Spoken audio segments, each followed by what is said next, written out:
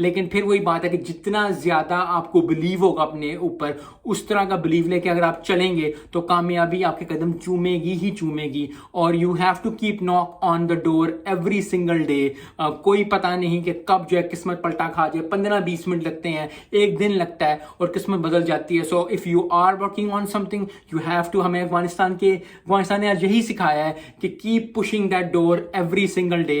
थोड़ा थोड़ा करके जो है हम ज़रूर अचीव कर लेंगे वो चीज़ जो हम अचीव करना चाह रहे हैं। कुछ लोग कई सालों से चाह रहे हैं, कुछ लोग कुछ दिनों से चाह रहे हैं, कुछ लोग हफ्तों से चाह रहे हैं। तो चाहे आप प्रोफेशनल लाइफ में हो चाहे पर्सनल लाइफ में हो, अगर आप मेहनत करते रहोगे, if you keep knocking on that door, एक दिन वो डोर खुलेगा ही खुलेगा।